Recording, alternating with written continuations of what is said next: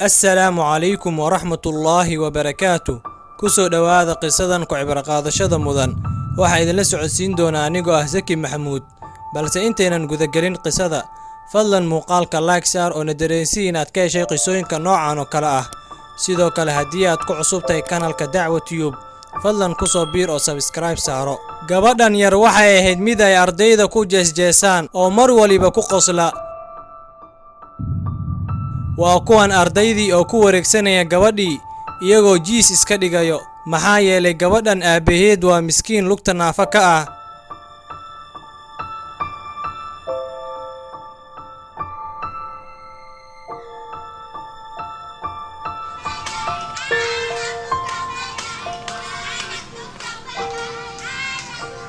aabaheed waxa uu ahaa mid mar waliba ku suga banaanka madarasada si uu gabadhiisa u geeyo guriga.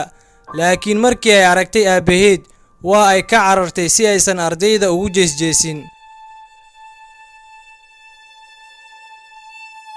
sanado kadib gabadhii waa ay weynaatay waxay noqotay ardayd dhigata dugsiga sare. maalin ayaa aabaheed u soo gaday kabo cusub, balse gabadhii ayaa ka tuurtay kabihii gacmaha aabaheed iyadoo ku qaylinaysa ma rabo kabaha fuqarada.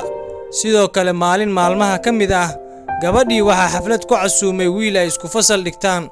markii ay timid xafladdii waxay aragtay sida ay u soo labisteen gabdhihii ay isku fasalka ahaayeen. kadib waxay dareentay inaysan xirnayn labis fiican.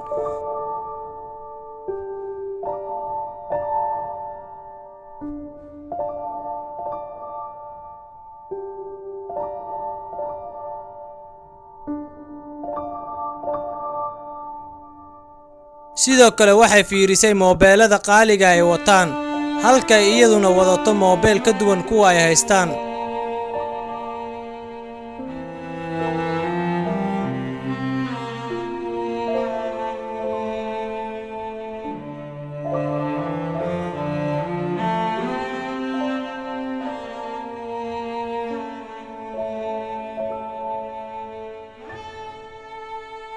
daqiiqado kadib mid ka mid ah gabdhihii ayaa cabitaan ku shubtay gabadhii, kadibna waxay bilaabeen inay ku ciyaaraan moobeelkeeda.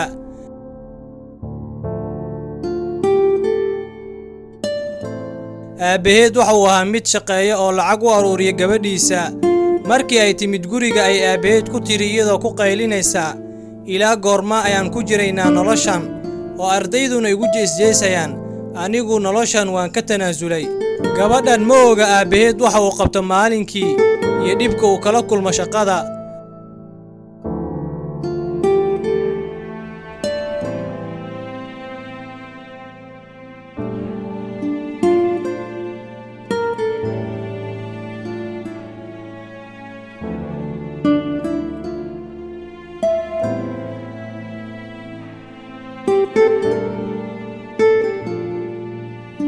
aabihii markuu yimaado guriga ayay gabadhiisa ku qaylin jirtay iyadoo ku leh guriga ma taalo wax lacag ee keen guriga lacag. gabadhii waxay aaday baar lagu cuno cuntada, balse ma awoodo inay gasho maxaa yeelay ma wadato lacag ku filan. aabbihii markii uu helay xoogaa lacag ah waxa uu ahaa mid ka fikira gabadhiisa, waxa uuna u soo gaday cunto. isaguna ma aha mid wax cunay, xitaa ma uusan soo gadan. markii uu yimid guriga gabadhiisa ayuu ku yidhi, aabe waxaan kuu soo gaday cunnadan ee hoo cun. balse gabadhii ayaa ka qaaday oo dhulka ku tuurtay cunnadii iyadoo ku leh anigu ma doonayo cunnada fuqarada. aabbihii ayaa bilaabay inuu aruuriyo cunnadii isagoo aad u murugaysan. gabadhan ma oga wax uu aabaheed u sameeyey iyada darteed.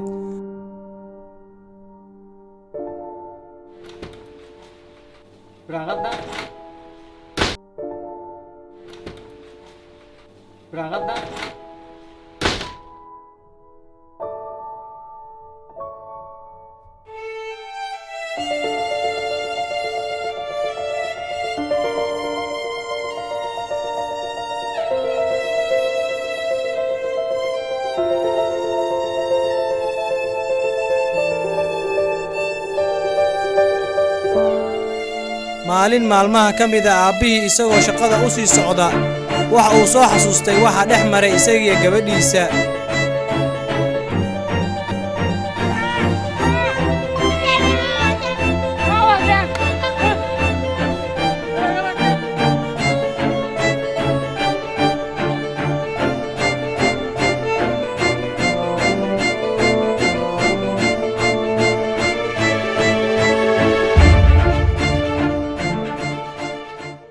aabbahan waxa uu ka soo gaday cuntadii ay daadinaysay gabadhiisa baarkii ay gabadhiisa jecleed inay gasho ay wax ka cunto.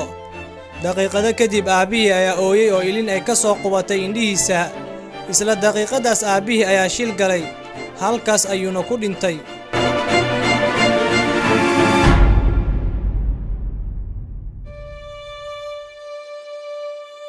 dhammaan dadkii meesha ka dhowaa ayaa ku orday.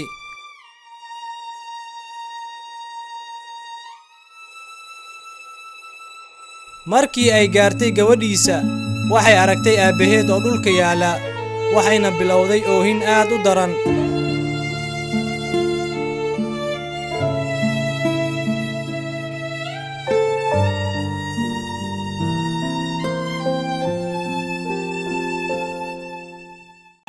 miyaad ogtihiin waxa uu aabbaheed u qabtay gabadhan iyada darteed si uu u qanciyo?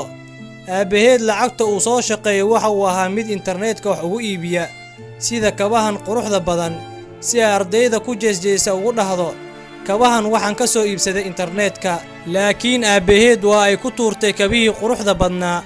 sidoo kale waxa uu internetka ugu gaday telefoon iyo boorso cusub si uu ugu hadiyadeeyo maalinta ay ku beegan tahay dhalashadeeda. aabbuhu waxa uu ahaa mid suga maalinta dhalashadeeda, laakiin gabadhii ma aysan ka guddoomin hadiyadda aabbaheed, gurigiina ayna kaga tagtay. sidoo kale waxa uu soo gaday talaagad, marooxad, telefishan iyo faraanti dahab ah. intaasba kumaysan ixtiraamin aabbaheed.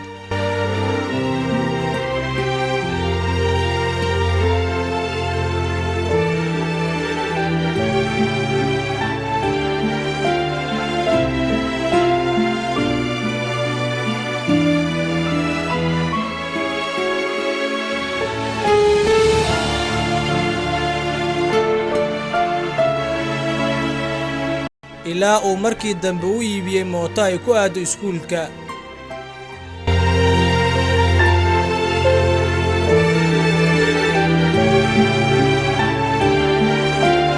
gabadhii markii ay ku laabatay guriga, waxay aragtay waxa uu aabbaheed uga tegay. sidoo kale waxa uu qoray warqad dardaaran ahayd. dad badan ayaa xaalkan ku jira iyagoo aan waalidkood ku ixtiraamin shaqada ay hayaan. dib u fiiriya ehelkiina oo waalidkiina qadariya oo u muujiya naxariis.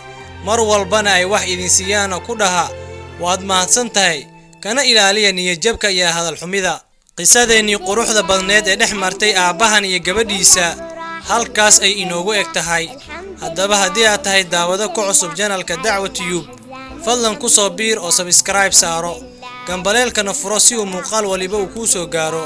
sidoo kale haddii muuqaalkan ku cajabgeliyey, fadlan muuqaalka like saar, siina share garee haddii aad awooddo. waana ku mahadsan tahay daawashada muuqaalkan. waa anigoo Zaki Maxamuud oo idin leh السلام عليكم ورحمة الله وبركاته. الحمد لله على الأحزان، الحمد لله الحمد لله تزيد أفراح أفراح تزيد أتراح تزيد أفراح الحمد لله تزيد أتراح. الحمد لله على الإسلام أكبر نعمة من الهادي. الحمد لله أمن سلام تنعم فيها رب بلادي. الحمد لله تزيل الهم تشفى المجروح وتمنع الغم. الحمد لله تزيل الهم تشفى المجروح وتمنع الغم. الحمد لله بترضي الله يرضيك الله بها تنعم. الحمد لله بترضي الله يرضيك الله بها تنعم. الحمد لله الحمد لله على الأفراح. الحمد لله الحمد لله الحمد لله على الأحزان. الحمد لله الحمد لله تزيد أفراح أفراح تزيد أتراح الحمد لله تزيد أفراح الحمد لله تزيد أتراح. الحمد لله مع الأذكار نرددها مساء وصباح.